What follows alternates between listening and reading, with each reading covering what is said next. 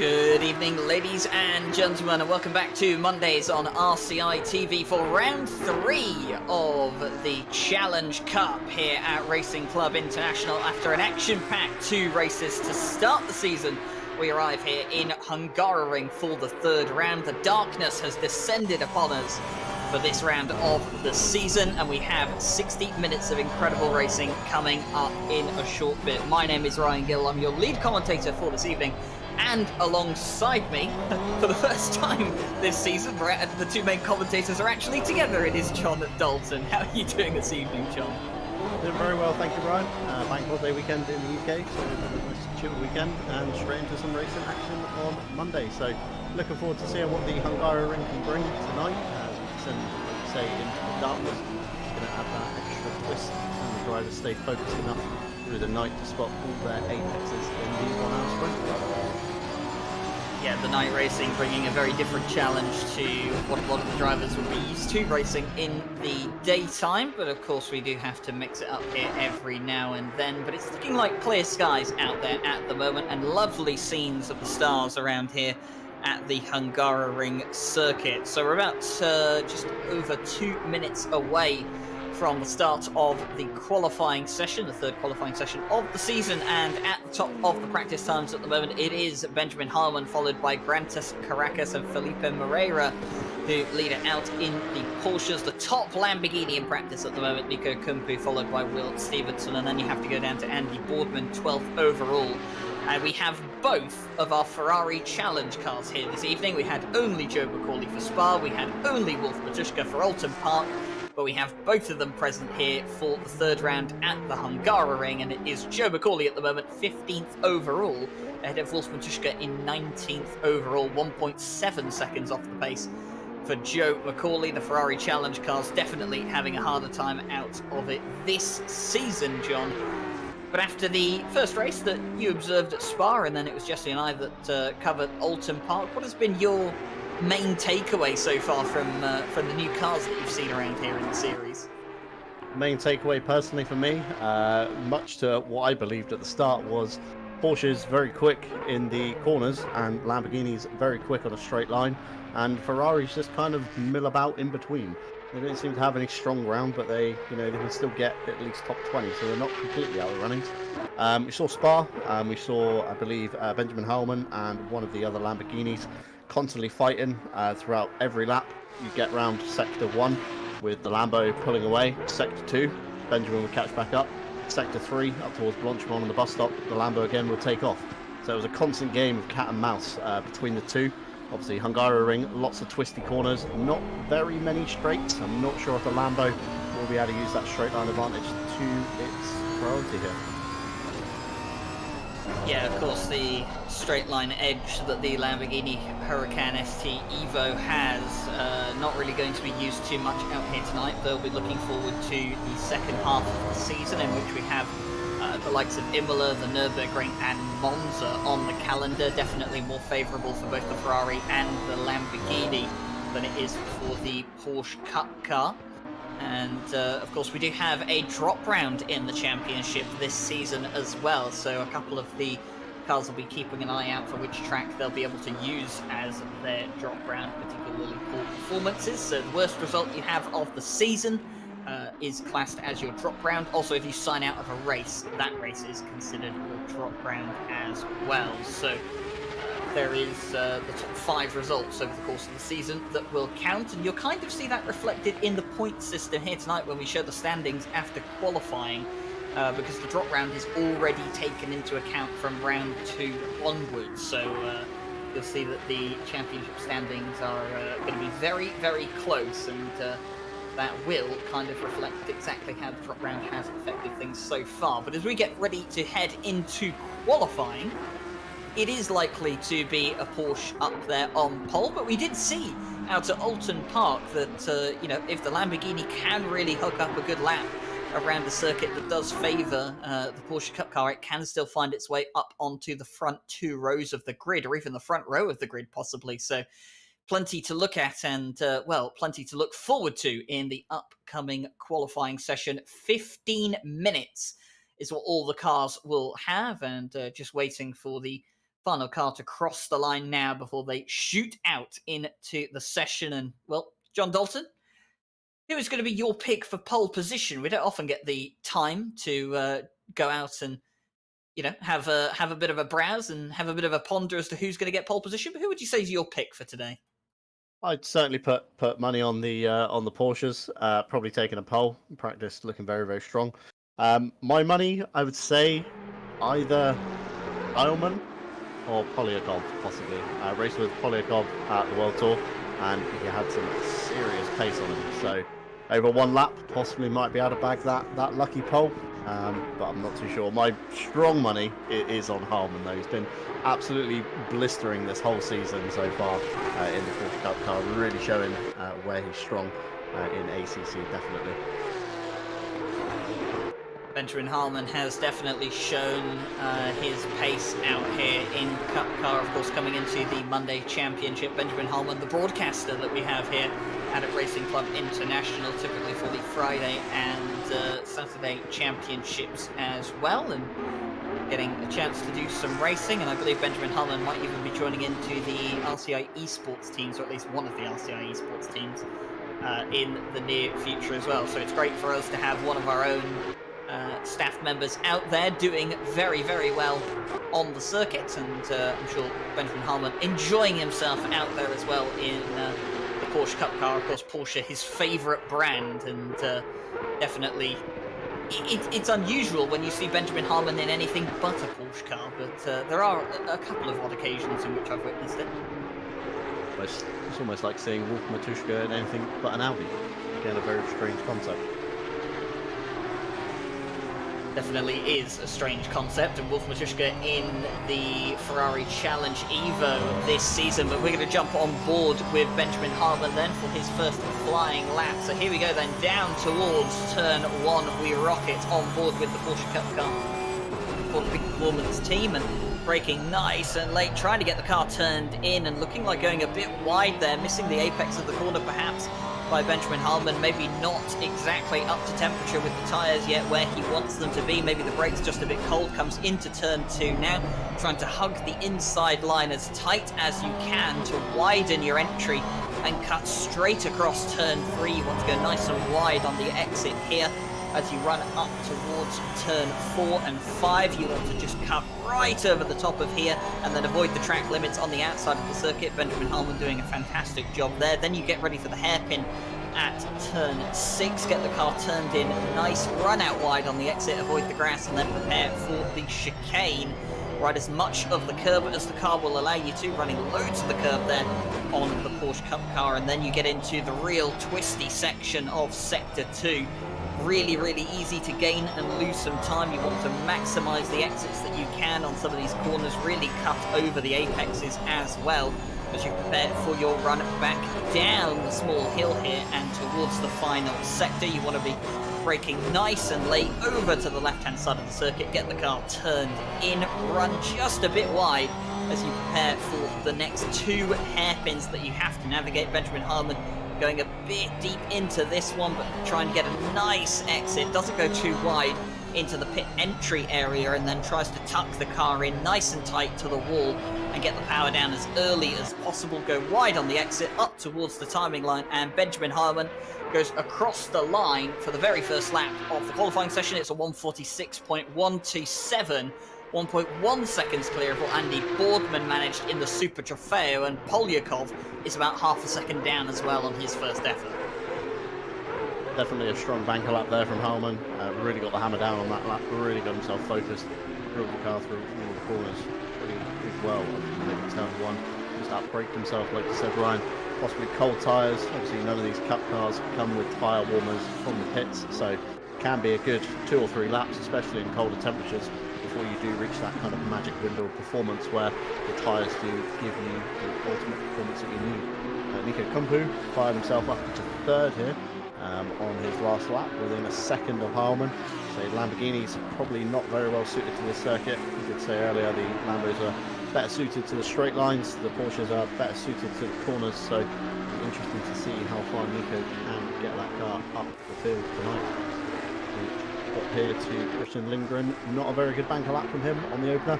Maybe 2 seconds off Harman's pace. We have seen Lindgren be pretty quick this season already in the Cup car. There's certainly a driver to be watching over the next few laps. Obviously tyres coming up to temperature, getting into those magic windows that we want to see. You'll see some pretty quick laps fire through from this Porsche shortly. Should definitely see some quick fire laps and a reduced grid here this evening, by the way. If you have caught an eye on that, there aren't as many cars on the grid as we had for the first 2 weekends. Of course, it is Easter Monday in a lot of countries here over in Europe, so there's going to be quite a few drivers, I think, taking this particular race off, and that is why we do have the reduced grid size. Andy Boardman crossing the line 1 second off of the provisional pole, but we're getting some quicker lap times coming in now as Klaus Nyring is just about a 1/10.5 off of the provisional pole time that we've seen Benjamin Heilman do, and in fact Benjamin Heil's improved on that lap, but Felipe Moreira will now cross the line and he will go provisional pole initially by almost half a second before Jaroslav Roth crosses the line to reduce that to about 1/4 of a second. Definitely some great times coming through from the Porsches here as we look towards the top 10. 7 of them are filled by the Stuttgart manufacturer, followed by the Lamborghinis in 8th, 9th and 10th. So not looking too good as Benjamin Vigashu here takes that 10th position. Not far off Andy Boardman, so the Lambos are all within very slim margin of each other. So that could be the fight to watch this race if those Lambos keep matching those times. They're going to keep chopping and changing positions. Steve Hughes here comes over, improves from P17 up to P8. Another Porsche reaches the top 10, shuffling the Lamborghinis slowly down the field. It's not looking too good for the Lambos today, Ryan. No, not looking too good for them indeed. Definitely seemed like they were struggling a bit in practice, and that coming back at the moment to bite them. Martin Lawrenson, the Porsche does improve, and he's going to throw himself up into 3rd place provisionally here with just over 8 minutes of the qualifying session remaining. Looking at our 2 Ferraris at the moment, Joe McCauley 1.9 seconds down off provisional pole, Wolf Matuszka 2.4 seconds down. Not exactly where they would expect to find themselves, but it's just the pace of the Ferrari around most of the circuits that we've run at so far this season just does not seem to suit them. I did say to Wolf Matuszka after the Alton Park race that you'll be glad the fact that Monza and Imola are on the calendar for the second half of the season. He said, well, unfortunately, I'll be missing Imola, so that won't really help me too much, but he will be there for Monza. And we'll definitely have to hope that the Ferrari in the second half of the season can be a lot more competitive, because it has looked like the car that's been the most off-pace so far, and the Porsche Cup car definitely the quickest. And, well, speaking of going quicker, Will Stevenson throws his Lamborghini up into 6th place overall, just about 3/4 of a second away from the overall pole position time. Lamborghini's definitely struggling here. Ferrari's equally struggling in this half of the calendar, it seems. So a bit of a handful of Ferrari. It's got quite a lot of power, but not a lot of grip and not a lot of brakes. So it is quite the handful when you come to the twistier circuits, such as, you know, Alton Park and Hungaroring. It is a real handful to try and get around these corners. Not sure if foolishly, but I have signed myself up for Paul Ricard in the Ferrari Challenge with a friend. So again, I'm going to get a big taste of what that's like for 4 hours. So I'm going to be praying to the Ferrari gods that they're nice to me on that day. As we watch here, Martin Lawrence come across the line to move himself up into P2. Only 0.150 off Moreira's time at the top. Again, these Porsche guys are going to be starting their second half of the qualifying now. Possibly got a feel for the car on the cold tyres, bringing it into the window. As we see Klaus Nyring there wrestling a low opposite lock through turn 12 into 13. Very long corners, 13 and 14. Feel like they almost go on forever. You just watch that delta maybe slip away if you've not got the entry quite right, or you see the delta gaining a lot of time if you've absolutely nailed it. But be very patient through these corners. Can't jump on the power too early. You do end up oversteering as Nyring posts up in 5th place there. 0.5 off top time of Moreira, so Moreira's lap looking very strong. I'm not sure if anybody is going to even come close to it as Lawrence is back in the pit lane. Jaroslav Roth is still second lane, and Benjamin Heilman is starting another flying lap at the moment. As we watch here, Nico Kumpu into turns 13 and 14 in the Lamborghini. So down in P14, 1.6 seconds off the top time of Moreira. Will he improve? And that long sweeping turn 14, no, run too wide, could invalidate your lap. He does jump up into P7. Absolutely blistering lap there from Nico Kumpu. About a 0.6 gain overall. Puts himself just behind Will Stevenson, so you've got a little block of Lamborghinis sat just inside the top 10. So once we get to the race, it's going to be interesting to see how they battle. Will they battle each other, or will they try and, you know, work together to try and catch the tail end of what will be the Porsche train at the front, I imagine here, Ryan? Possibly so. Grantis Caracas, by the way, has just gone faster, and he's thrown himself up into second place, just 40 thousandths off of the likes of Felipe Moreira. And then speaking of, Polyakov has just gone faster as well, throws himself 47 thousandths off, so the top three within half a tenth at the moment in qualifying. This is shaping up to be very, very close indeed. And Benjamin Heilmann, who set the early pace in the qualifying session, down in 6th place at the moment, crossing the line, doesn't improve on their lap time. They will be going around again with just over 4 minutes of the session remaining. But the current championship leader, who was looking very, very good towards the start of the session, just starting to trail off maybe. He was struggling to improve. We see Klaus Neiring crossing the line as well. They're about half a second off of that provisional pole time at the moment, just sat behind the likes of Benjamin Harmon and just in front of the first of the Lamborghini Super Trofeo cars of Will Stevenson. There's a bit of a gap between those two, though, of about a quarter of a second between 7th and 8th place. And as you continue to look down the field, I think everyone who is present tonight has set a valid lap time, and the gap all the way, well, anyone in the top 10 is within a second of the pole position sitter at this point in time. But once you get outside of the top 10, the gaps start to get a bit bigger between the drivers. Yeah, always the way I've found in the top splits of RCI. We've got a big block of drivers super close together at the front of the field. Sometimes in World Tour, I think I've seen the top 20 covered by less than a second. So super competitive field as always. You know, one mistake at Hungaroring, which is very easy in these cup cars with limited driving aids. Obviously less aero, not as sticky as the GT3s would be around here. One mistake could, you know, spell the end of the race. You could slip down a good 5 to 10 positions, and then you'd have to work your way up through the traffic. Hungaroring typically quite twisty. Put my teeth back in. So it can be a very hard circuit to pass on, much like Alton Park where we were last time. Again, not super easy to get the run off any of these corners. Maybe slipstream down straight could be the easiest one. Lunge into turn 1. But once you get into sectors 2 and 3, it does become quite tricky to pass. As we see Heilmann there improve up into P2, although still 0.3 away from the last lap. Now dipped into the 144 window. Started off just inside the 146s, so time's tumbling as the session goes on. Heilmann's going to have time to go again as we ride with Caracas here. And big arc with the opposite lock. We're seeing out in the corner exits, these guys jumping on the power really hard, trying to, you know, maximise everything they can from their lap. Again, a little wiggle in the opposite way, going out into the back end of the circuit, and Caracas improved his lap at all here. Well, Caracas went faster on his previous lap, and that's what dipped them into the 44s just about. Benjamin Harmon, I said, was struggling to improve, and then immediately goes and improves, and it would have been provisional pole for Benjamin Harmon had Caracas not set that blistering time that they had gone out and done. They'll run up towards the line, and on this occasion will not improve, but still a very, very quick lap time, 1:44.935, so just a couple of thousandths off of what they managed to do on their previous lap time. So Caracas at the moment, it is advantage towards them as we enter the final minute now of the qualifying session. Your top 10, it is Porsche, Porsche, Porsche, Porsche, Porsche, Porsche, Porsche, Lamborghini, Porsche and Lamborghini. Only 2 Lamborghinis in the top 10 now. Will Stevenson and Nico Kumpu at the moment.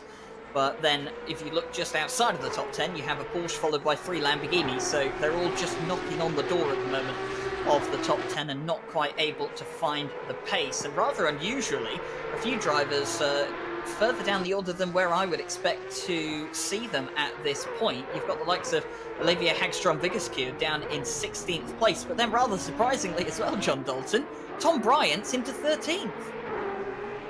Yeah, say Hungaroring throwing a bit of a curveball tonight, whether it's, you know, certain people haven't been practicing as much as they usually do because it's obviously the festivities this weekend, or whether they're just not comfortable driving in the dark. You know, a couple of factors at hand here. But yeah, great to see Tom Bryant up the middle end of the field. Not far off Andy Boardman, to be fair, so these two could be locking horns in the Lamborghini as the qualifying checker gets thrown out. So anybody on a valid lap now, this is your only time to improve. Nobody else has managed to cross the line to start a new lap, so we will see any improvement from Will Stevenson here. Remains P8 overall, still inside the top 10 in that Lamborghini. As we look back down the queue, we have Polyakov coming around in that green Porsche, I believe, into sector 3, into the penultimate corner. Long sweeping left, so getting as much speed as you can out to the right before throwing the car back to the left again to dip it in as close to the pit wall as you dare. So will we see any improvement from Polyakov here? Currently 6 in P4, comes across the line. No improvement from Polyakov either, remains P4 as we flick back now to Moreira, provisional pole sitter early in on the session. Really on a charge using all the exit curb here, tucking it really tight into the pit entry line. Gotta keep that tight to the wall and don't jump on the power too early. Keeps it within the track limits. Any improvement from Moreira? Stays P2, the Portuguese driver, as we see Hagstrom-Vigeskue here go from P16 up into P11. So great improvement there from the Lamborghini driver. That's more likely to where I would see him. As we flick back to one of our two Ferrari Challenge cars, Wolf Matuszka in the typical pink and white livery that he always seems to run on everything, normally suited to the Audi a lot more than the Ferrari. And that's the penultimate corner here, which how the Ferrari kind of skates around a little bit more than the Porsche. Doesn't seem as agile on turn-in, so you've got to be a lot more patient with that horsepower of the Ferrari. It does really kick in quite hard. As we come across the line, P22, I don't believe he improved at all on that one. Looking at Wolf Matuszka's time, he did improve slightly, improved by about a tenth of a second, did not affect his position by the looks of it, though. Will stay P21, so Joe McCauley will win out between the two Ferrari drivers, being in P19 overall, but it is Grantis Caracas by a tenth of a second that manages to take the pole position for round 3 of the season, and that 44.922 that they managed to just pull out towards the end, proving crucial towards pole position. We did say that we'd give you a little look at the championship standings and how it's all playing out with that drop round already included from round 2 onwards, so we can show you exactly what that looks like right now. And on my end, what I can see is that it is Benjamin Harmon at the top with 69 points, but he is tied with Angel Inestrosa, who, of course, took the win out at Alton Park. Then it's Grantis Caracas and Nikolai Polyakov tied on 58 points. Then 48 points for Felipe Moreira, who's sitting in 5th place. Then it's tied again between Jarzabowski and Vince van Merveld for 44 points, 6th and 7th respectively. Ollie Pitchek and Klaus Neering tied on 40 points, and then Ostrich rounding out the top 10 on 37. 3 Lamborghinis in the top 10 overall. Then we move down to Yaroslav Roth, who is tied for 10th place, actually, with Ostrich on 37 points. And then Adam Dubiel with 34, tied on points, 28 apiece for Bart Matcher and Christopher Verstappen. There's a recurring theme here. Then we have Nicholas Norquist on 25 points, and you guessed it again, it is De Keyser and Dolezal tied with 23 apiece, and the same goes for Nico Kumpu and Jack Alexander, who are tied with 21 each. And then Jake Boswell on 19 points rounds out the top 20.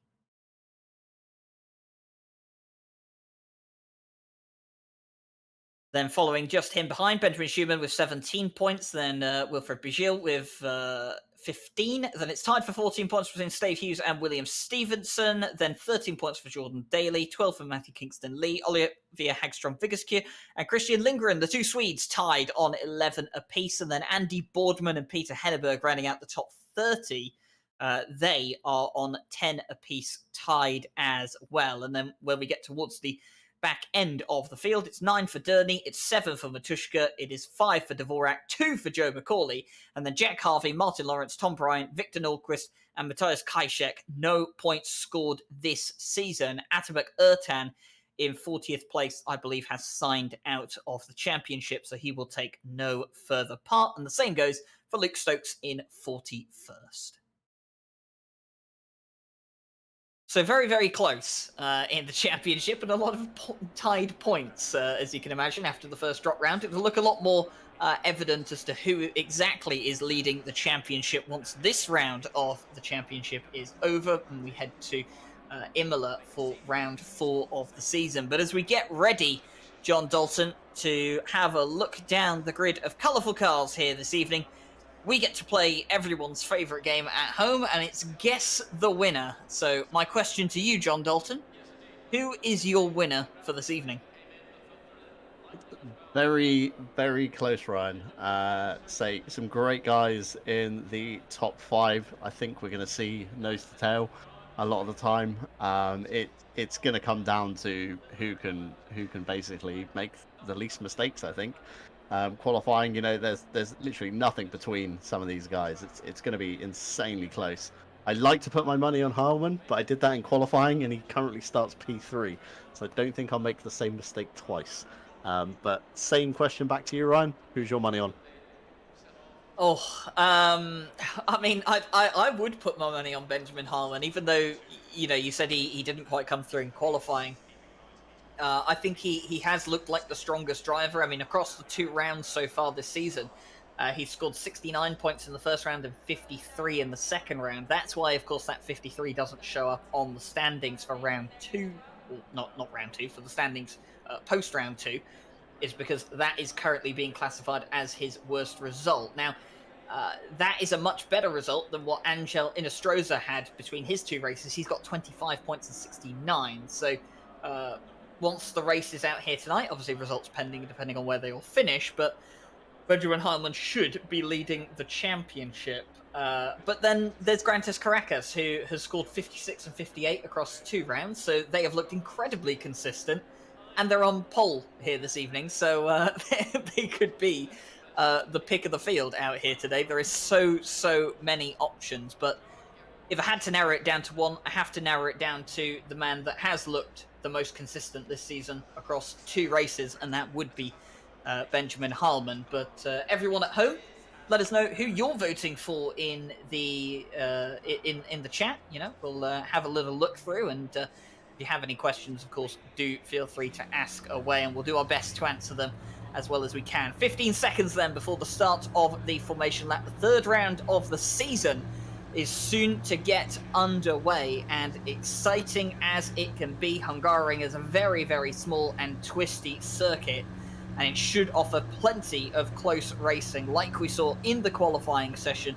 So many cars so close together, and a lot of action ahead of us as our cameraman with the little drone cam getting a nice look at all the liveries we have here today. And I think that's Jordan Daly's Lamborghini, the 197, the Triple R car, currently having a look at. And we did kind of discuss this. I know you and Jesse discussed it on at Spa, and then I discussed it with Jesse as well.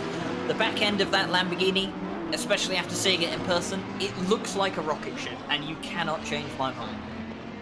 Yeah, absolutely. It looks like a very, very quick car.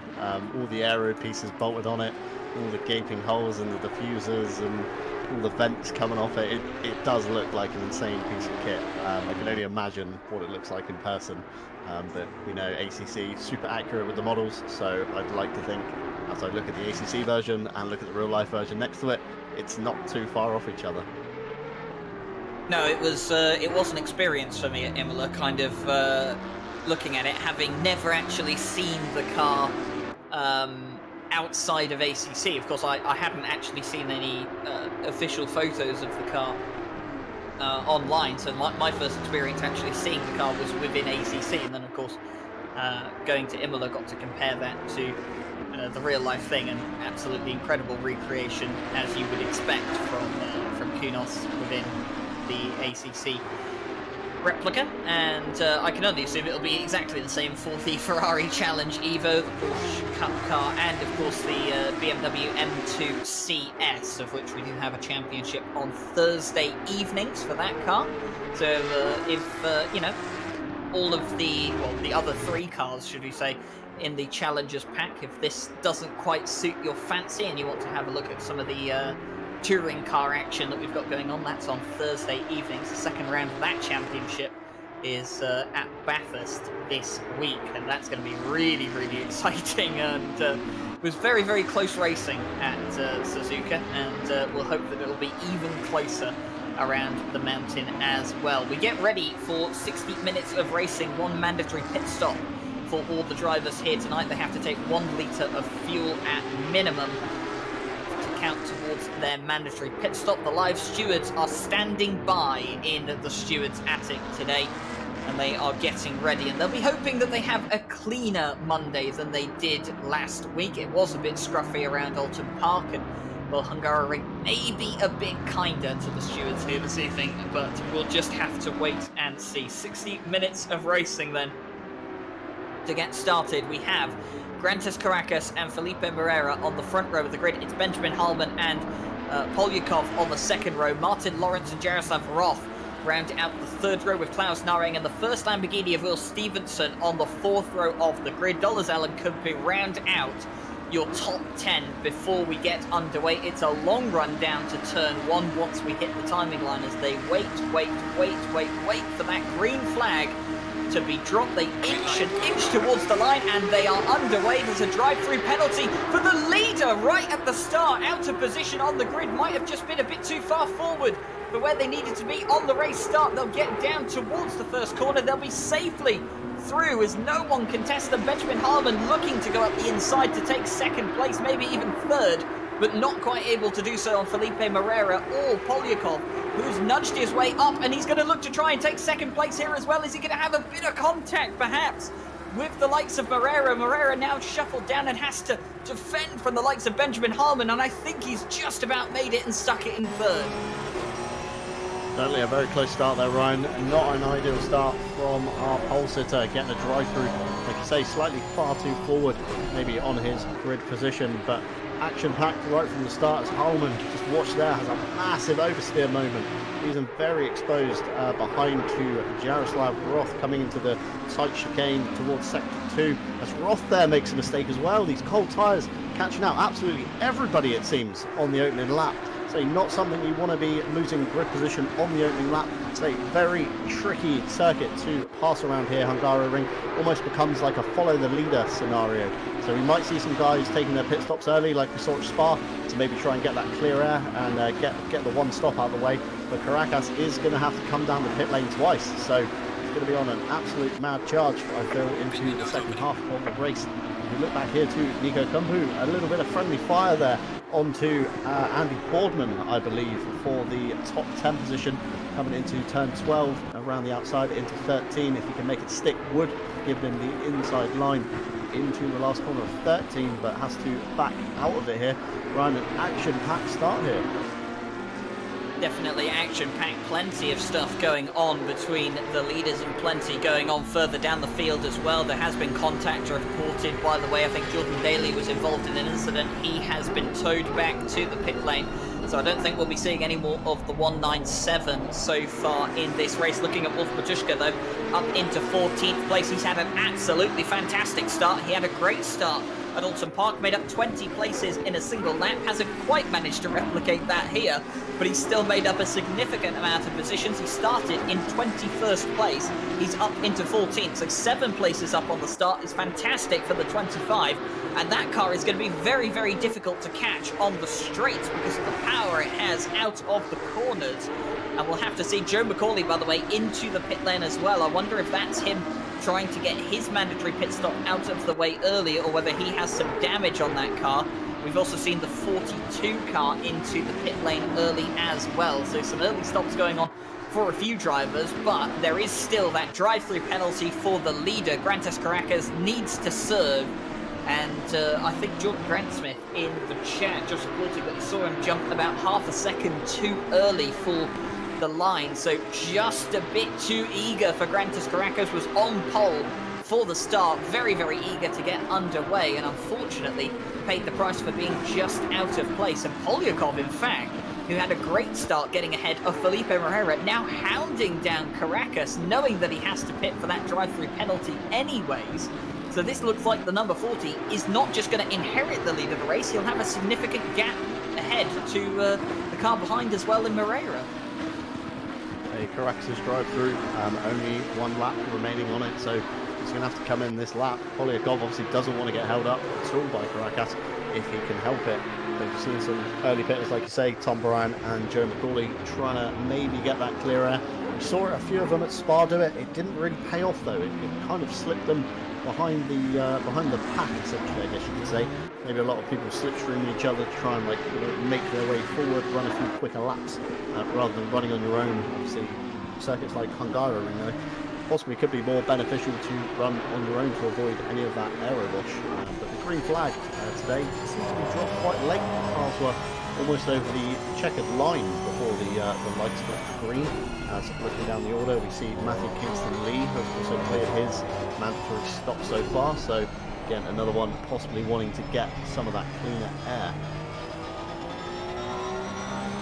Yeah, a few drivers definitely looking for that clean air, and around a circuit like this, it's not a bad idea either, especially if you know there's going to be a lot of traffic. And Wolf Matuszka, by the way, I've just seen is up into 12th place, so gaining a couple of extra places, and that probably down to a couple of the drivers coming in for those early pit stops, but we'll have to see exactly what comes out of that. And I have just seen that Joe McCauley is back out on track, so I think maybe just a bit of damage on his car, and he's had to go in and fix that. Caracas is into the pit lane, by the way. He's coming in to serve that drive-through penalty. Has to be careful to not pick up a stop and go for speeding in the pit lane whilst he serves that drive-through. We see that plenty often. And, well, looking at Polyakov now taking over the lead of the race. It means Ferreira is now second and Benjamin Harman inherits third. So not bad for them, and it has worked out much better. And Joe McCauley definitely pitting to repair some damage. I've just seen you point to that on the screen there. Ryan Wilson, our race director. So Joe McCauley pitting for damage, and rather unfortunate. And we've had the report from the stewards that only one incident on the first lap, nothing else major, so that's always a good thing to hear. Yeah, certainly so. They were very, very busy at Spa, opening round, everybody getting used to these cars. Now maybe round 3, everybody has finally found their feet. A lot less incidents on the opening lap, but again, tyre warmers probably playing a massive part in that. Obviously you can only get so much heat driving around at low speeds on the formation lap, and get the brakes as hot as you can get them to try and radiate some heat through into the rim and into the tyre. But again, there's only so much temperature you can build by doing that, and the only way you are going to build temperature is by being flat out on the limit for a good 5 minutes to get the tyres into that window. You see this little Lamborghini train here of Boswell and Dvorak fighting for essentially P15, and if they're not careful, they're going to have the Porsche of Stephen Hughes getting involved behind as well. He's looking a little bit racy, but say we were riding on board earlier with, I believe, Jack Harvey in the Porsche as Matuszka came out of the final turn, and Matuszka just disappeared on the straight. The straight line performance of that Ferrari is probably the only thing keeping it ahead of the field at the moment. So you get to a corner and it just essentially becomes a rolling roadblock with no real way around it. Caracas taking his drive-through has come out in P19, so he is on the back of the fight. We were just watching as we ride on board here with Wolf Matuszka as he puts his foot down, already up into 6th gear. Ferrari obviously has 7 gears. We're just going to see the speed here of the Ferrari on the Motec there. I believe I saw 257 kilometers per hour before he braked up turn 1. Just keeps so going. It's going to be a very early braking point to stop that, as looking out the window, just seeing Caracas's blue 119 Porsche come down pit lane again. This will be to serve his mandatory stop. Going to put him very far off sequence. However, it's going to give him a lot of clean air in order to get the charge back on the field ahead of him. So looking at Martin Lawrence then chasing down the likes of Benjamin Harmon. So it's Connection Lost Racing versus the Quick Performance at the moment. And Benjamin Harmon's made a mistake coming through the chicane, probably just clipped a bit too much of the curb. And that's allowed Martin Lawrence to pounce a tiny bit of contact as well as they go through. And Martin Lawrence a bit out of shape on the exit of the corner as well. We'll have a look on board here as to exactly what happened with Benjamin Harmon. So he goes nice and wide, avoids the grass, and then turns in just a bit here, and then over the second part of the chicane, just rides over the top of that anti-cut there, John, and just a bit too much for that car to handle. Martin Lawrence goes through, and a little bit of a tap, but nothing really big doing there, and, well, that is Benjamin Harmon out of the top 3. So he'll be very, very frustrated with that. Not only did he lose out to Polyakov on the start of the race, but now he's lost out to Martin Lawrence. Although I'm looking now back on my timing sheet, and it would seem that Martin Lawrence is now back behind Benjamin Harmon. So those places have been switched again at some point. Yeah, possibly flustering themselves in the fight there with a bit of elbows out racing, maybe losing a little bit of focus. It's so easily done when you're fighting somebody. You spend more time, kind of watching their car, watching the mirror, watching the headlights flicker around you, and it's so easy just to distract yourself from looking for your own braking point, or looking for the apex, or looking for the giant sausage curb on the inside that's going to launch your car into the grass. It's so easily done in fights like this, and obviously with only 50 minutes to do it in, you're going to want to make as many positions as you can. So possibly Lawrence there making a mistake, allowing Harmon back through. So we might have to maybe have a look back, see if we can find anything. But as we look to Nico Kumpu in the Lamborghini here on the back of Andy Boardman, we've seen these two guys locked together for about 10 minutes now. Gap not really pulling out, not really gapping each other here as they come through the chicane. Careful on the sausage, as you see the bottom of the Nico Kumpu's Lamborghini there, bottom out, sparks flying out the back of the diffuser. So it's going to be a very tricky section to pass in sector 3. Obviously following somebody else, you're going to get a lot of aero wash, a lot of disruption of the balance of the car. So you're going to try and want to maximise your exit, probably out of turn 13. See if you can get a draft down the long main straight and make a dive into turn 1. As we look down at the timing board, Karaka still in P20, still not even caught Tom Bryant yet, so a lot of ground to make up. As we flick back to P14 here, again another little battle that we've been locked in, headed up by Jake Boswell, the Porsche in the middle of the Lamborghini. Porsche looking to the inside, seeing if he can get his nose alongside, maybe put Boswell off, maybe make a mistake, a little twitch there from the Porsche. Stay very close to the Lamborghini, but we know the Lambo excels down the straight, so we'll see if Boswell can put up the fence into turn 1. As we ride on board here with the 191, you can see that Lamborghini, you can see the bottom edge of the car pulling away. You see more and more of the rear bumper before we get to turn 1. The 191 looking to the inside. Boswell trying to cover the 191, forces his way down the inside. A very late lunge there. But alongside, going into turn 2, the outside then becomes the inside. Boswell in the Lamborghini, obviously putting up a great fight here, not giving up, firing himself down the inside. They touch doors. The 191 goes wide, a bit out of shape, and he loses it. Hits the Armco on the inside there, losing 2 to 3 positions there.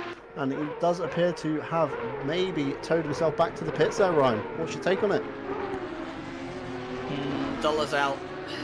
Turning back to the pit lane, I'm not too sure. It did come from a long way back, but got the move done on Jake Boswell. Didn't, miss the corner at all, but did come from a very, very long way back. A little bit of contact, by the looks of it, into turn 3, and perhaps just lost the back end. Couldn't quite catch it, and into the barrier. It's a really, really sad thing to see. But hopefully it won't discourage Dollars out too much. We're looking at Grantis Caracas here, though. He's already had to serve his drive-through penalty for essentially jumping the start, and he's all the way down in 16th at the moment, but he has been in, and he has served his mandatory pit stop as well, so he's got both of those out of the way, and he can now focus on just building his way back up through the rest of the circuit. And he's got the back of Tom Bryant at the moment, and Tom Bryant kind of just moves out of the way to say, okay, look, I know that you're faster than I am. I don't want to hold up my race. You don't want to hold up your race. Let's just make this easy on each other. Yeah, something I've personally done in endurance races many a time. find yourself a little bit out of sequence, maybe another faster guy behind you, a little bit out of sequence, you just say, there's the inside, it's all yours, mate. I'm not getting involved in this at all. Let's not affect any of our races. Let's just keep progressing on. Tom Bryant, obviously, another one of those guys that stopped early, probably trying to get himself his own bit of clean air without Caracas hassling his rearview mirror or, you know, blocking up the inside line on a lot of corners. So, very smart move there from Tom Bryant. One I would probably do myself. As I've just noticed as well, Christian Lindgren in the 33 Porsche has also made an early stop just ahead of Caracas on the main straight going into turn 1. Another one to probably look out for once the rest of the field starts cycling through their pit stops. You're going to have to see where these guys slot in to see if this clean air strat does actually pay off, because round 1, me and Jesse, we noticed it didn't really. I'm not too sure about round 2, Ryan.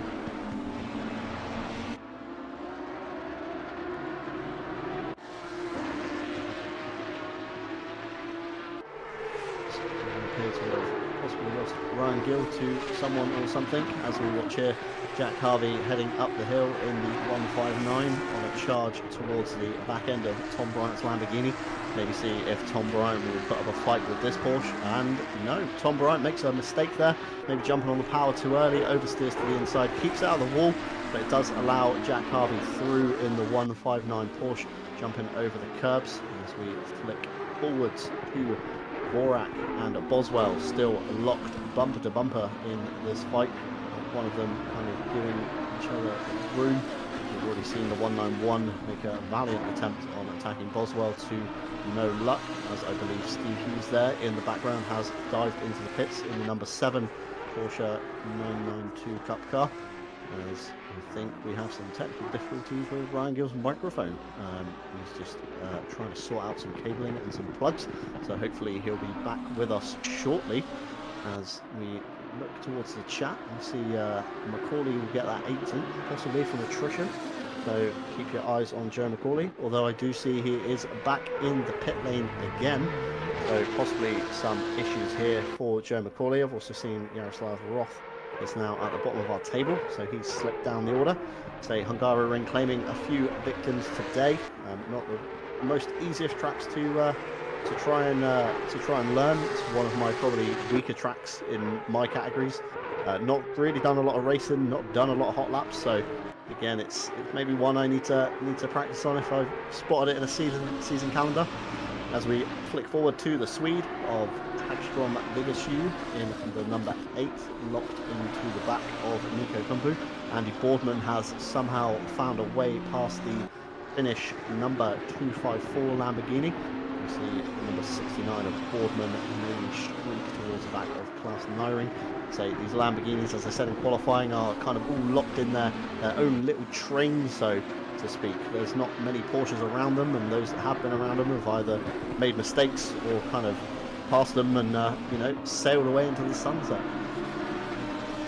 How many cars did we start with? I believe we started with about 23, 24 if my memory serves me correct. Obviously 40 in the championship standings, but with obviously Easter weekend all around the world in Europe, probably a lot of people maybe other plans for this round. So again, slightly lower numbers than we saw at Spa. As I hear a little rustle. Is that you, Ryan Gill? That is not me, but I have got the microphone plugged back in now. I have so accidentally stepped on the cord, and that pulled it out. So I had to do a bit of a rummaging underneath the desk of the commentary box. But no, back now. We did start with 24, I believe it was. So with 4 confirmed retirements within the first 17 minutes here, we have Joe Macaulay and Jaroslav Roth back in the pit lane. That puts us at pretty much almost a quarter of the field down, unfortunately, at the moment. So very much becoming a race of attrition here, it would seem, at the Hungaroring at night, and probably not what we expected out here. But either way, Polyakov does lead the way still, but he doesn't have the fastest lap of the race. It's actually Felipe Moreira in second place, and I'm hearing from the stewarding team, in fact, John, that they've all caught up with the incidents so far. So that's really good news then, that they've caught up with everything, not even a third of the way into the race. Usually we're looking at least the halfway mark. Yeah, so a lot of drivers obviously missing kind of smaller field, obviously makes in theory for less contact and less issues for the stewards to look at, but looking at the sheet of paper in front of me, it does appear to have quite a few incidents, ranging mainly from lap 1. There's a lot of them. I'll start from the top. So we've got lap 1, turn 3, involving the 1, 2, 3, the 197, the 42. No further action. A little bit of bumping and elbows out on that one. Should have deemed it no more. Lap 1, turn 3, involving the 340 and the 7. We have a warning for car 340 for failure to react quickly enough to an accident ahead. The marshals throw the yellows. It's up to the drivers to step on the anchors to try and avoid it. Lap 1, turn 3, involving the 314 and the 40, used as a racing incident. There's more and more coming at the moment. Where did we get to? Lap 1, turn 3, involving the 197 and the 47, racing incident. Lap 1, turn 3, involving the 7 and the 25, a warning to car 7, again, failure to react to an accident ahead of them. Lap 1, turn 14, so later on the lap, involving the 47, the 340, racing incident. The 47 turns in early, the 340 does not make the apex, so both cars at fault on that one. Incident on lap 2, turn 14, again, another turn 14 incident. 340 and the 47 again, warning for the 340, gains position via contact on the 47, however, was returned at the end of the straight. The second warning is increased to 5 seconds. Lap 5, turn 9, a little bit later on, involving the 171, and the 796 was a racing incident for minor contact. Lap 5, turn 14, involving the 191 and the 340, another racing incident. And lap 7, turn 3, involving the 47 and the 191 was deemed as a racing incident with minor contact. 47 held onto the inside line, 191 turns in too much, makes contact, and then loses it on corner exit and spins out himself, which I believe was the little Lamborghini train we saw headed up by Jake Boswell. It was. That was the Dolezal incident. So that's not too bad then. Only one penalty coming out, and that's because Dvorak picked up 2 consecutive warnings. So yeah, not too bad, actually, quite clean. If you think about it, a lot of racing incidents in there, which is always good to see. It's always nice to let the drivers get a bit physical with each other, as long as they don't cross the line, of course. And well, we could see a couple of drivers getting a bit more physical with each other very, very soon as well. We've got Hagstrom Vigaskir chasing down Nico Kumpu at the moment. That's the battle on your screen. And we've also got Felipe Moreira chasing down Polyakov for the lead of the race. There's only 0.8 of a second between them according to the timing screen. It's a lot less than that according to what I'm seeing here on my second monitor. So definitely appears like a lot of the cars starting to close up with each other a bit now as we work into the midpoint of the race. But the number 40 that took the lead early on in the race through Grantes Caracas drive-through penalty, now starting to lose that lead, and Felipe Moreira coming into his own. Moreira, we did see him qualifying, firing some very quick lap times, I believe quicker than Polyakov's times at the time he was setting them. So it's going to be a very interesting fight as we look towards these guys here coming out of the last turn onto the main straight. Again, be careful of the curb track limits. Stewards will be watching with eager eyes, so not close enough from what I would say for a lunge into turn 1. But Moreira just kind of chipping away every little inch in the corners.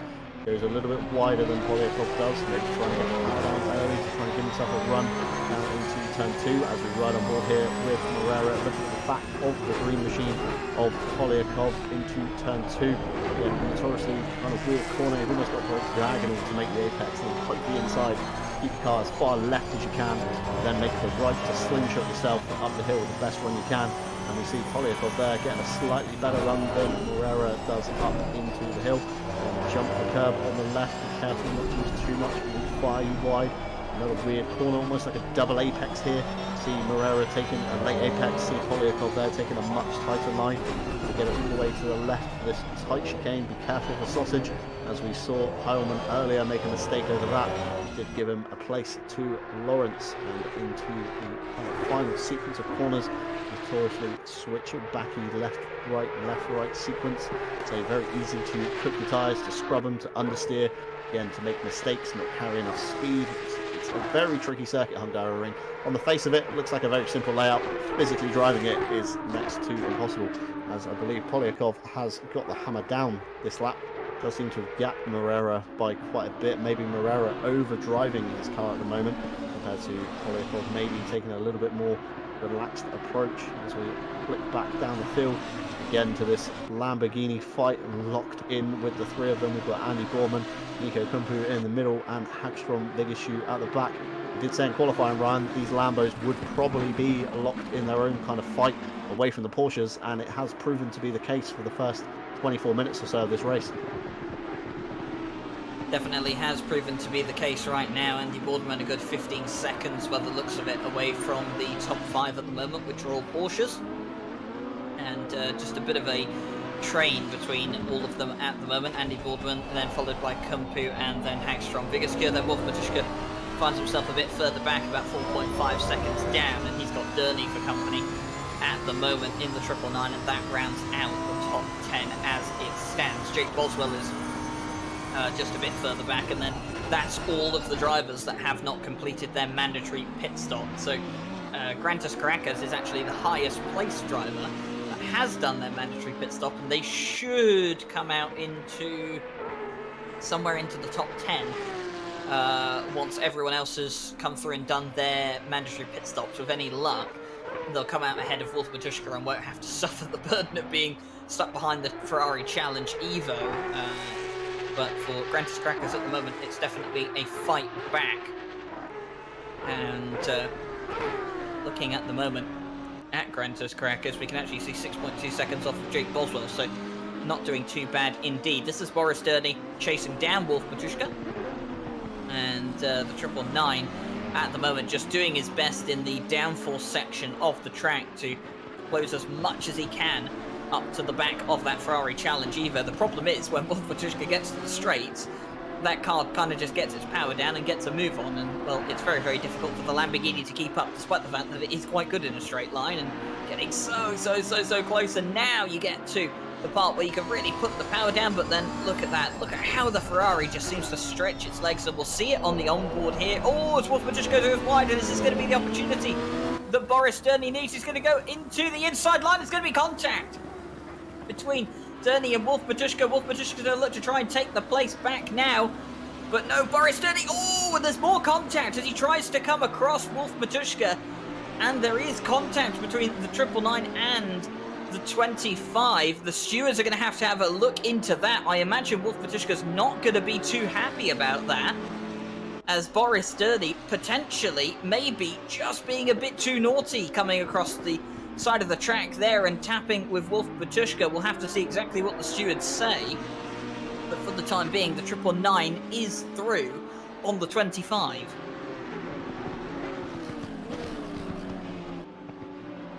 So Wolf Matuszka down into 10th place. Hagstrom Vigiskia has come into the pit lane and has decided to serve their mandatory pit stop, so they're working their way out right now, and I believe they're going to come out behind Christian Lindgren as it stands, so they're probably going to go down into 13th place, which is not too bad for Hagstrom Vigiskia, and of course he will go back further up the grid once the rest of the pit stops cycle out, and he'll be hoping that he can put in enough laps in clean air to not only catch back up to the pack of the Super Trofeos further up front, but then also get past them as well.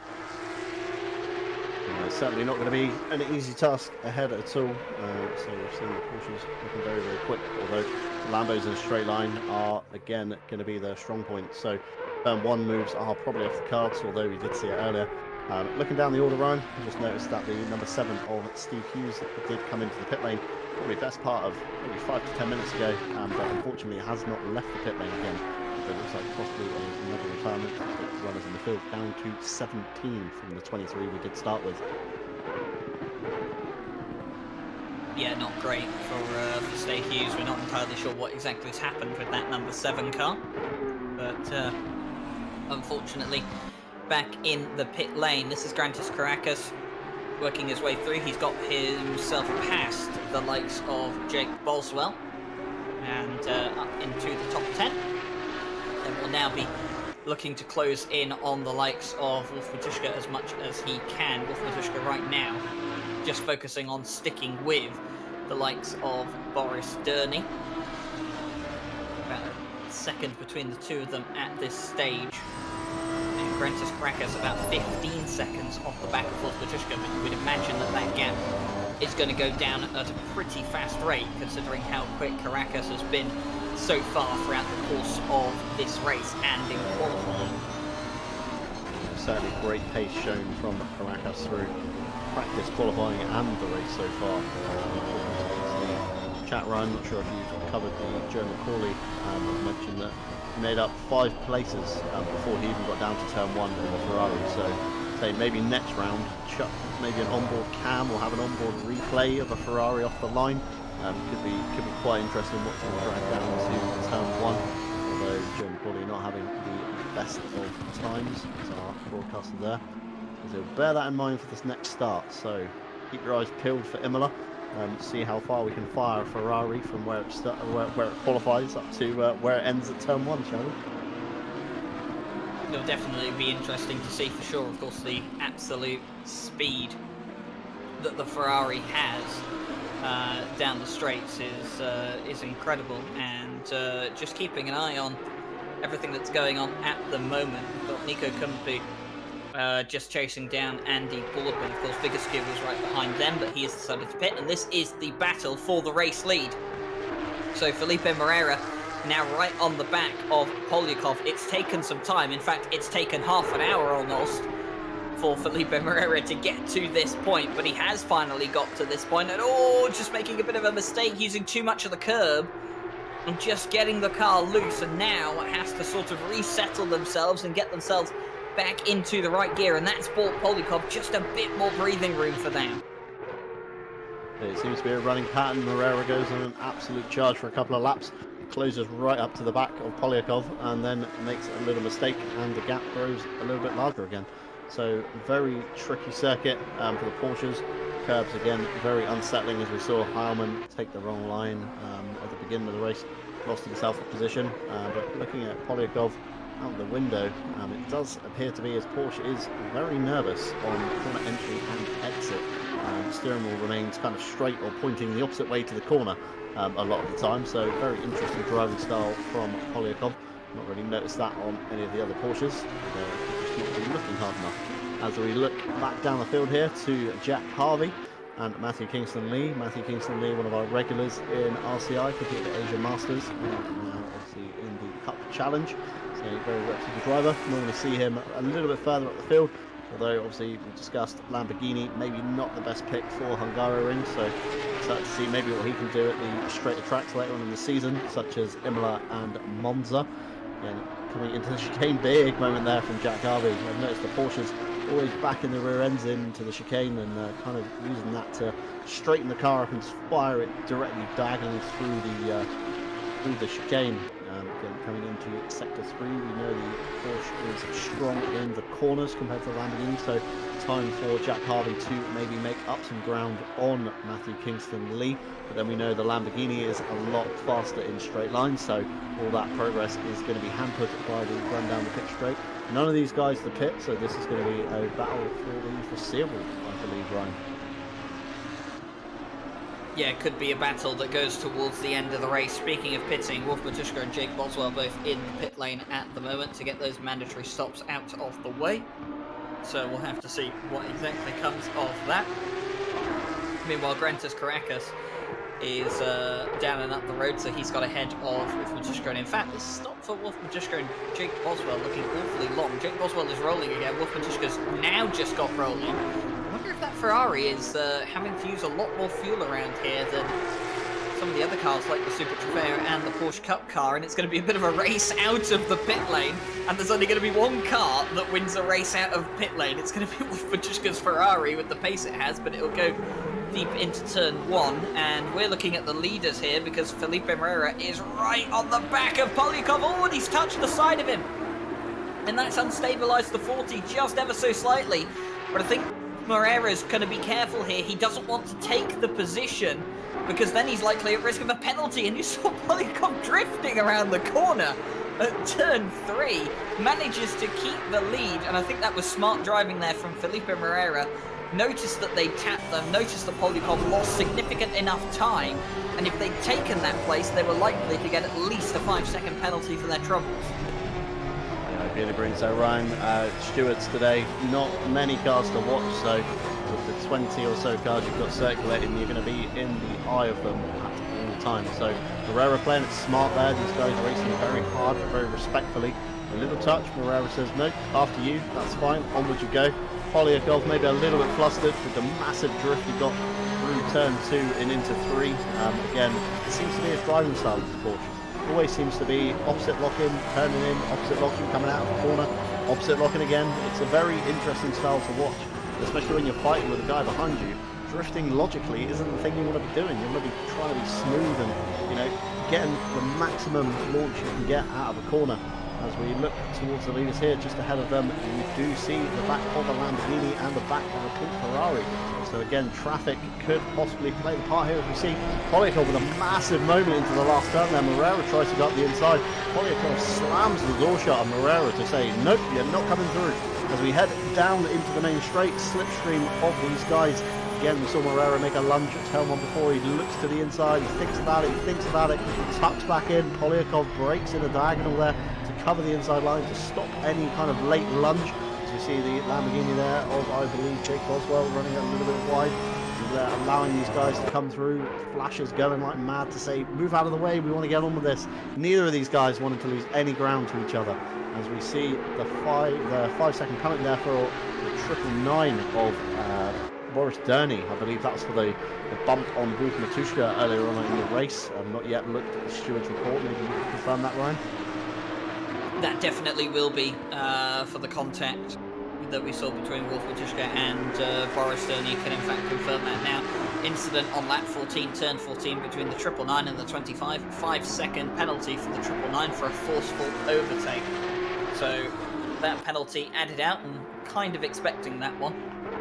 But like you said, good to see Jake Boswell just, you know, not wanting to get too involved in this one. And looking at Polyakov at the moment, I have to wonder if that car's tyres have just completely gone. I mean, neither of these two have pitted, but I wonder if Moreira has just conserved his tyres more and just been a bit more careful and, trying to get through on Wolf Matuszka. Wolf Matuszka doesn't exactly just want to move over for these guys, and Polyakov's going to have to go on the inside, and they've collided. And both of them have collided, and Moreira couldn't get around them. He had to stop on the track because he couldn't find a way around them safely. So that's meant that Polyakov still leads the race despite the contact between himself and Wolf Matuszka. Absolutely crazy scenes there. I mean, it was a very late lunge on Wolf to begin with, and obviously the grunt of the Ferrari coming out the corner to the penultimate one. Polyakov was never going to get alongside him enough to, you know, make it stick. Like you say, Ryan, possibly Polyakov's tyres dropping off, possibly pushed too hard in the first kind of 3/4 of this race. So we are coming into the back end of it now. Maybe Moreira has just conserved those tyres a little bit more in the blue Porsche behind, but absolute madness there. We saw Polyakov sat sideways across the racing line. Moreira literally had nowhere to go. He was that close. It was either push through his door or stop, and it is great that neither of them made contact. And the last thing you want to see, obviously, on track is people shoving to get each other out of the way in situations like that. It's happened far too much. Obviously, with the collision physics of ACC being a little bit weird, it's sometimes all too easy to think, you know what, I'll just push my rival out of the way and, you know, I'll just get on with it. So great to see the respect between these two guys. Again, they are racing so hard, but so fair. Seen a few bumps between them, and yeah, it's great to see them, you know, giving each other as much respect as the other one is.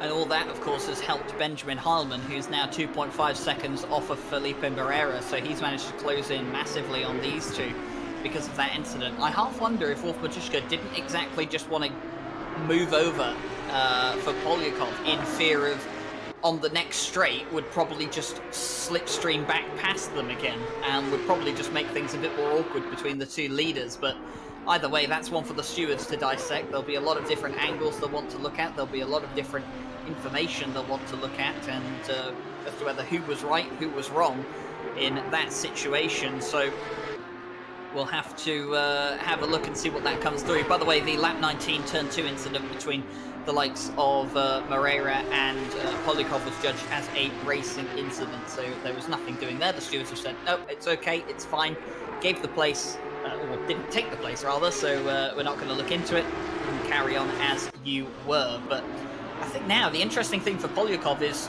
those tyres on that car might be gone, and also maybe be a bit of damage now on that car after the incident with Wolf Matuszka. That could be troubling the 40 a bit more for the rest of this race. We've got 22 minutes to go still.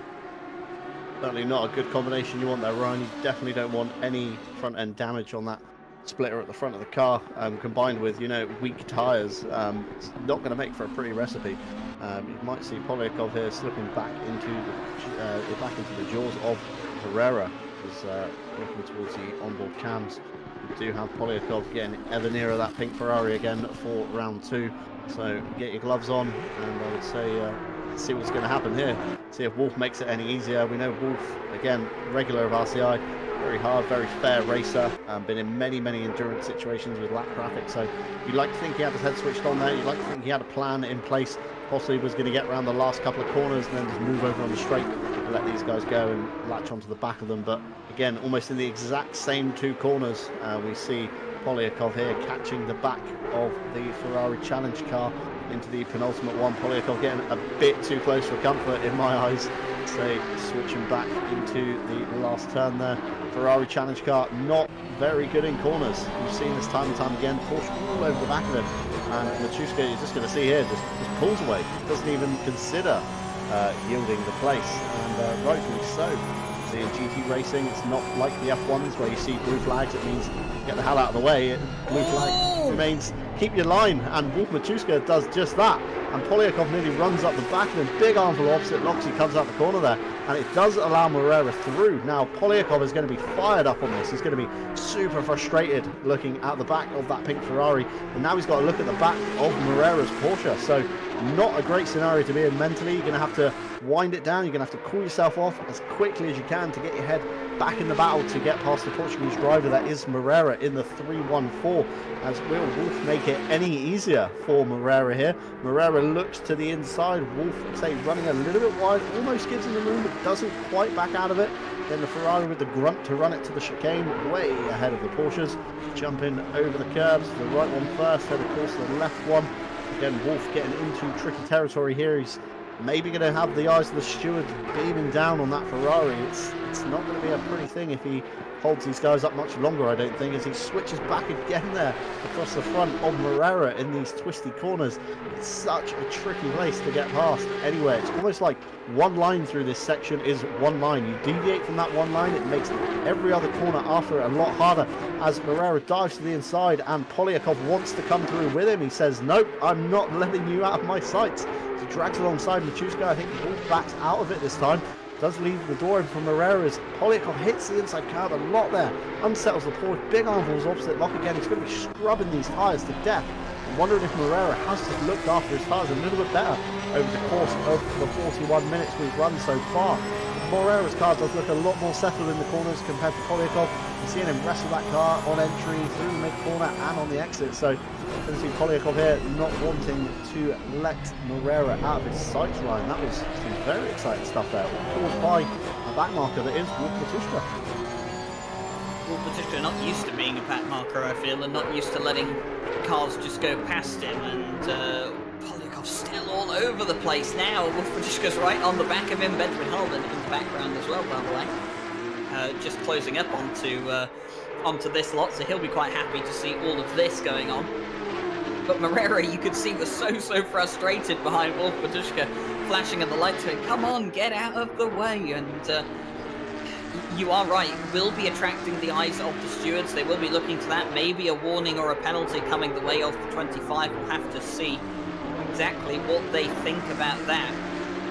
But of course, I think at the moment they might still be looking at the incident that happened initially between Polyakov and Wolf Matuszka down towards the penultimate corner. So what was looking like possibly a quiet rest of the race for the stewards has all of a sudden flared up into life, and they do have a bit more work to do before this day is done. Remember, we still have pit stops for the top 7 drivers, by the way, and Boris Gurney in 9th place. So there could be another twist in this tale yet, John Dalton, as when we get to the likes of pit stops, if Polyakov manages to jump back ahead of the likes of Moreira, we could have this all over again. And speaking of Polyakov pitting, he is pitting right now. He's decided to jump the gun. He's going to go early, and that now means that Moreira has to put his foot down.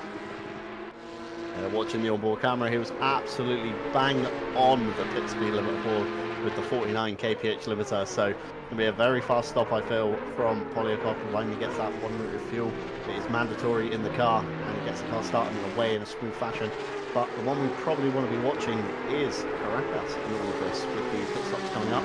He currently sits in P8. Obviously, the drive through from the start is a bit of clean air to begin with, and he's just absolutely fired the Porsche around lap after lap after lap. So once all these pit stops cycle through, it's going to be interesting to see where we see Caracas in the 119, sorry. As we look back down the field here towards Nico Kumpu, again, still looking at the back of Andy Boardman's car. As to the left there, you do see Polyakov coming out the pit lane, not wanting to give Nico Kumpu that inside line there. Wants to get past that Lamborghini and wants to get a move on. Doesn't want to lose any time to Morera here, but he's going to be stuck at the back of this Lamborghini train, I feel, on the outside line there. They make contact going into turn 2. Again, something I'm not expecting to see from Polyakov. You're going to want to kind of cool it down a little bit as he bumps the back of him through 4 and pretty much drives through him to get him out of the way there. That's, you know, not what you want to be doing, especially with the stewards looking probably at the Wolf Matuszka incident. Now they're going to have to be looking at this Nico Kumpu fight with yourself as well. So all eyes on Polyakov at the moment. Can see the frustration really coming through in his driving style. Polyakov at the moment, I mean, if his attempts earlier were to obviously not attract the eyes of the stewards, he's definitely doing the opposite now. I mean, at least for one of those incidents, I can only see at least one penalty coming his way, and rather unfortunate, isn't it, for the likes of Nico Kumpu, who's minding his own business, battling with Andy Boardman. All of a sudden, the Porsche comes out of the pit lane. There's an incident, and of course, I understand from Polyakov's point of view, he wants to not be held up as much as possible, but at the same time, he probably picked the wrong opportunity to pit. Why didn't he pit earlier when he probably would have come out ahead of those two cars, because he hadn't lost all that time battling with Morera or trying to get past Wolf Matuszka. The moment he came across Wolf Matuszka, that is the moment he should have gone into the pit lane. It's not to say that all of it is Polyakov's fault, because it isn't. But at the same time, John, I can only feel he's put himself in this situation to an extent. Yeah, certainly so. He's definitely not played it all too smart, maybe. His head possibly still in the battle with Morera, pretty fired up, not wanting to give that position away. Sees the back of the Ferrari and thinks, you know, Wolf is, in my eyes, experienced enough. Maybe he'll move out of the way, maybe he'll just yield to this fight and not get involved. As we see some penalties coming through, 5 seconds for car 25, which is Wolf Matuszka, so possibly the stewards looking into the incident now and dishing out those penalties, as we see the piece of paper flop onto our desk with some incident reports coming in. Lap 20, turn 14, involving the 40 and the 25. 5 seconds for car 25, which was avoidable contact. I believe possibly this is what we're seeing a replay of here. You see Polyakov dive to the inside. Wolf kind of opens the steering, but then thinks twice of it, and maybe turns back in. This is for the 5 seconds, lap 20, turn 14. And again, we've got lap 20, turn 14, involving the 40 and the 25. The 25 got a warning for a blue flag infringement, so stewards not looking all too well on that. As we see Polyakov firing up the inside of Andy Boardman there, making a big mistake. Boardman off possibly into the wall driver's right there. Not sure if that was Polyakov causing that one as well, but again, Polyakov going to have all eyes on him. As we flick back towards the replay here, we see Polyakov on board with Andy Boardman, chasing up the back of the Lamborghini. You know, the Lambo's not too strong in the corners. Polyakov kind of backs out and then sees a gap, fires the Porsche up the inside, oversteers into the door of Boardman, which sends him round and towards the wall on the inside of driver's right. So again, Stewart's going to be all over Polyakov at the moment, Brian. He's going to have to be careful or he risks getting disqualified from the race at this point. That's 2 takeouts he's had, more than likely 2 takeouts. Obviously we haven't seen all the angles yet, but that's not going to go down well with the stewards. Of course, he's already been given a 5-second penalty. Oh no, so no, he hasn't been given a 5-second penalty, sorry. The 25 has been given 2 5-second penalties, but he's already been involved in an incident with Wolf Matuszka. Then also he kind of had a very rash dive and coming out of the pit lane, had contact with Nico Kumpu. Now he's had contact with Andy Boardman. You would have to say, John, that, like I said before, some of this, where he is kind of his own doing, and he doesn't seem to be doing himself any favours either, because he's frustrated that he's stuck behind, you know, some of these cars at the moment, but right now it kind of just looks like he's driving through his problems rather than around them. Yeah, so it's a very mental thing, racing, even in real life and sim racing. It's so easy to get yourself fired up and very like angry at other drivers for almost no reason. I mean, in the past, I've said some things, I've had some things said against me, and then you review it a day later in your head when everything's kind of clear and the fog's settled, and there was kind of nothing wrong there. You just had to literally dial yourself back maybe 50-60% on the aggression just to kind of make it through safely. But it does seem like Polyakov is just trying to drive through his problems rather than drive around them. Again, Stewart's not going to be looking too favourably on this one, especially with that number 40 cropping up in a few Stewart's reports. Say Polyakov up to P5 now after all that, on a charge for the top 4 guys that are all still yet to pit. We've got Nyring, Lawrence, Ullman and Moreira, along with Nico Kumpu and Boris Durney. But like you say, Ryan, it's almost like he made his own bed by seeing the back of the pink Ferrari and not diving into the pit lane when he maybe could. Or, you know, backing off from the Ferrari. We know as commentators the Ferraris aren't as good in the corners as the Porsches. We know the Porsche is the cornering car. We know the Lambo is the best all-rounder car. And we know the Ferrari is the straight line car. So you surely race with that in the back of your mind, thinking, okay, I'm catching a Lambo. He's not going to be as good as me in the corner, but as soon as we get to a straight, he's going to fire away from me. So I'm going to have to try and latch onto the back of him. So when we get onto the straight, it's just a case of tucking in and following him up into turn 1. So it's crazy scenes here, how these guys aren't racing kind of mentally. And as we look here at the pictures, we've got Caracas on the back of Polyakov now. So I don't know how this one's going to turn out, but this is hopefully it gets dialed down. This is come full circle. Caracas was initially giving the lead up to Polyakov because of a drive-through penalty. Caracas now is going to take a position back from Polyakov because of a drive-through penalty for the 40. We've come full circle, this race between these two. We have. I've just noticed drive-through for Polyakov for track limits, and literally just noses himself into a wall and tows himself back to pit lane. So frustrations showing through for Polyakov. Such a shame, had such good pace, but just had to dial back the mental game a little bit and just get himself back in that right frame of mind as we see him leave the server, unfortunately.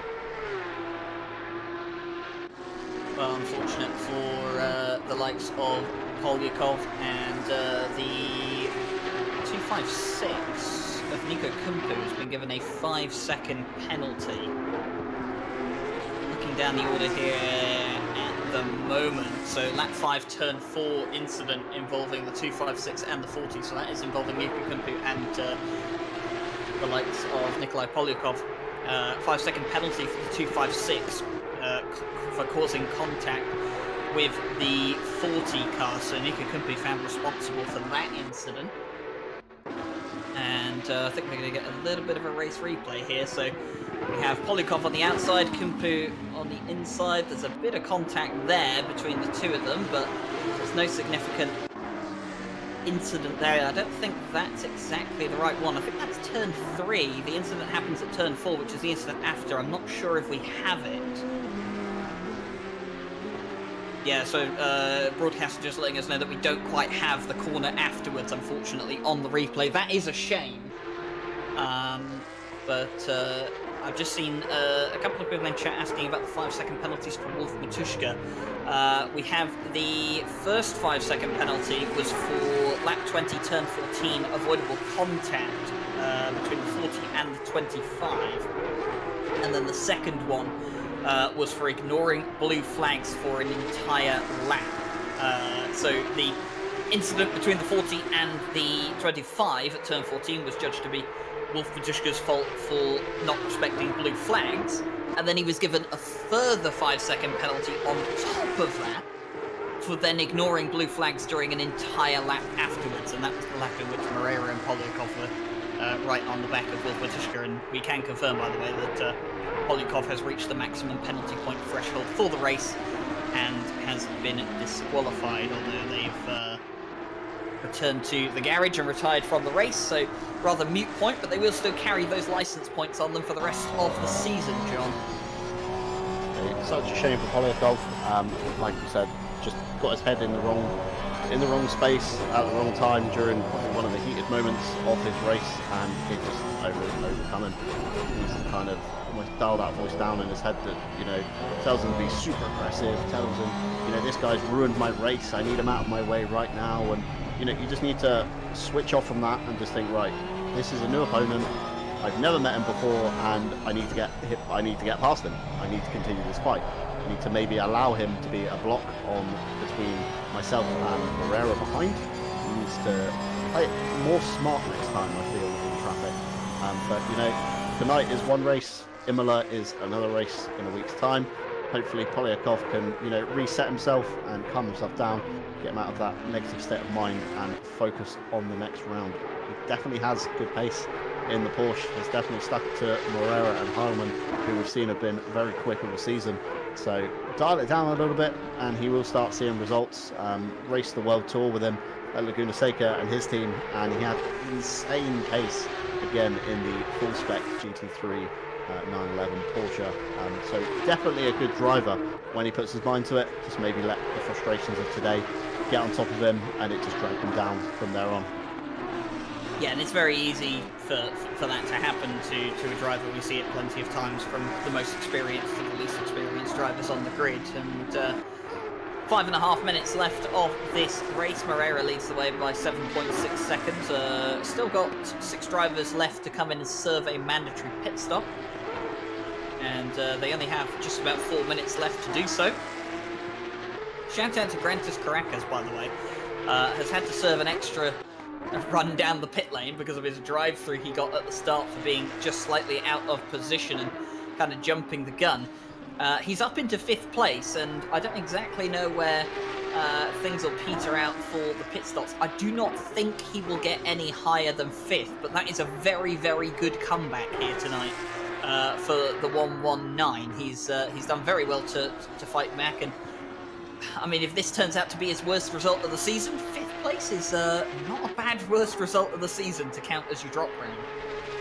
Would certainly have a lot worse positions in a season, but yeah, P5 is definitely going to be not even a worse one. I would be happy with P5 in this race.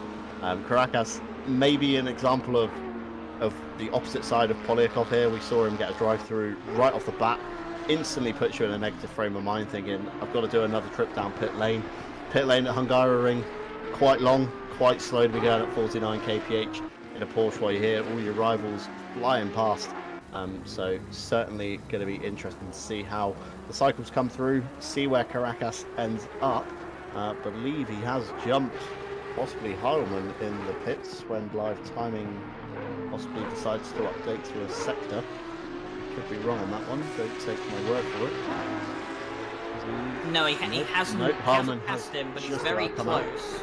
Yeah, certainly within eye shot of it. Gonna make Heilmann maybe watch his mirrors, and he might actually get Klaus Nyring then, actually, thinking about it. Possibly so. So I think he will. I think it will get Klaus Nyring, actually. Klaus Nyring's 3 seconds behind Martin Lawrence, who is behind Benjamin Heilmann. The gap is 3.4 seconds. Yeah, he is on target at the moment. I tell a lie, I was wrong earlier. Who would have thought? Commentators being wrong. Grantis Caracas can get 4th place as it stands at the moment. He needs to keep up the pace, granted, and I think the likes of Moreira, Lawrence, Nyring, even Kumpi will be coming in this lap more than likely. Do you see Moreira coming down the pit lane along with Lawrence and Nyring? Yeah, so they're all coming in now. So now the big question is, where does Grantis Caracas actually come out? He should be coming out in at least 4th place, but I mean, my word, do we say it, John? Is a podium possibly still on? I mean, possibly. I mean, you've got the long run down the pit lane at 49 kph, stop in your box, kill the car, drop the 1 litre in, fire it back up, and get it on its way again. Possibly could be positions to be gained, as we still see here Moreira still stationary as Lawrence pulls away from his box, and Nyring there getting passed slowly by Lawrence at 49 kph. You see Harman here ahead of Caracas, although Caracas has got a little bit of traffic between himself and Harman. Look to the right as we see the exiting Porsche there into the apex right on there of Martin Lawrence, I believe that is. No orange stripe on that one, that seems to be a red one from what I can see. So Moreira's messed up his stop. Possibly, maybe Moreira might have accidentally taken tyres. Possibly so, or maybe only took half a tank of fuel at the start, thinking it would be faster. Having to dump more than obviously 1 litre in would make you a lot slower, but it does seem to be a very long stop for Moreira. Maybe like we saw at Spa, I believe, one of the drivers getting confused between the two championships he was participating in. Thought on Mondays we had mandatory tyres like we do on a Friday, I believe, and ended up taking tyres. Cost him top 10 finish, I believe it was. I can't remember who it was. I want to say it was a Lamborghini of some kind. As the pit window closes, everybody has made their mandatory pit stops. Some people a little bit out of sync, such as Moreira and Caracas. So hang on a minute. Moreira has led, well, Polyakov has led most of this race. Moreira inherited it. He has then led the second most. But he's had an issue in the pit stop now. So this means with the last 2 laps of the race left, it's Martin Lawrence that leads the way by 0.8 of a second from Benjamin Harman, and Caracas is back on the podium. Who would have thought it? Who would have thought this outcome? So if positions stay as they are, yeah, it's a very interesting outcome from this, as we see Harman there in the back of shot of Lawrence. Could we have a fight for the lead coming maybe onto the last lap? See Lawrence there getting a little bit sideways through the last turn, possibly tyres starting to drop off. Everybody's going to be at a different stage of grip. Those that have pushed their tyres a lot harder than others, those that have had more traffic to contend with than others, possibly those that are running damage, chosen not to fix it, obviously in such a short window, driven 40-50 minutes with the front splitter damage. Why bother repairing it for the last kind of 5-10 minutes of the race? Well, final lap here at Hungaroring for round 3 of the Challenge Cup. It's Martin Lawrence that inherits the lead from Felipe Moreira. It's Benjamin Harman in second at the moment, followed by Caracas in third. What an incredible race, by the way. I mean, Grantis Caracas has had to serve an extra drive-through penalty this race, and he's only 3.1 seconds off the lead. I mean, you have to say, without the drive-through penalty, he probably would have dominated this race here today. With the pace that he has had, unfortunately, it just didn't quite work out for him with that drive-through penalty, but he should at least pick up a boatload of points today. But by the looks of it, we're going to have 3 different winners across 3 different races. It was Benjamin Harman that went out and won at Spa in fantastic style. It was Angel Inostroza that dominated from start to finish at Alton Park, and now, out of absolutely nowhere, Martin Lawrence for Connection Lost Racing in the 171 is going to inherit a first win of the season, a 3rd different winner. The round at Hungaroring belongs to the Czech Republic. Martin Lawrence crosses the line. He is the race winner for round 3. Benjamin Harman, the championship leader, will finish in second, and Caracas, the pole sitter, will recover to 3rd. Klaus Nyring crosses the line for 4th. Moreira, who should have had the win, who should have been the 3rd different winner this season, will cross the line slow as ever to hit that 5th place, frustrated as he taps the wall. Lindgren will come around the last couple of corners. He will finish in 6th place, and Hagstrom Vigrescu, after pitting early and jumping traffic, he will finish as the top Super Trofeo of the race here today. He'll come around the final corner and cross the line for 7th place. Andy Boardman and Nico Kumpu will fill out in 8th and 9th. And Tom Bryan in the Lamborghini Huracan Super Trofeo, he's going to beat out Boris Durney as they come around the final corner to finish in the top 10 in the Pro class. We have 4 Lamborghinis in the top 10. And my word, John, what a night this has been. Yeah, some absolutely stellar racing from everybody in the field tonight. Some really big curveballs have come through, such as Caracas's amazing comeback drive. I'd really like to speak to him to see how mentally he was he was preparing himself to get through the next 59 minutes of the race. But another person I'd love to speak to would be Morera, to see what happened on that pit stop that cost him so much indeed. Some very good racing. Tom Bryant up in the top 10, very unseen. I say we've got a few penalties come through after the race for Dvorak and Machuska, and obviously Jake Bodwell rounding out in P15. So yeah, exciting stuff tonight, Ryan. Really enjoyed Hungaroring. Absolute curveball. Whether it was the night racing or whether it was the fact that Porsches were super strong here, it has produced some great results up and down the field. It definitely hasn't disappointed, has it? And well, that's all we could really hope for here tonight. And on this Easter Monday special here, it really has delivered. We had a smaller grid, but it did not disappoint entertainment-wise. And big thank you, as always, to everyone here who's tuned in for the broadcast this evening. Obviously, we understand that a lot of people may have been wanting to spend this Monday with their family and friends, and obviously we still have a show to put on. So big thank you to, not just the drivers, but also the viewers for showing up here tonight. We hope the race was enjoyable to you as it was to us as well. And I believe we've got Joe McCauley's start here just towards the end of the race. I believe our race broadcaster has gone and found this, and this is absolutely incredible just to see the pace from Joe McCauley coming down and saying he gained about, 4 or 5 places by the time they got through turn 1. Definitely believable there, and incredible pace that you could see from that Ferrari. Unfortunately, it didn't quite work out for Joe McCauley, but kind of echoes to what Wolf Badushka probably saw from his start of the race. But impressive nonetheless.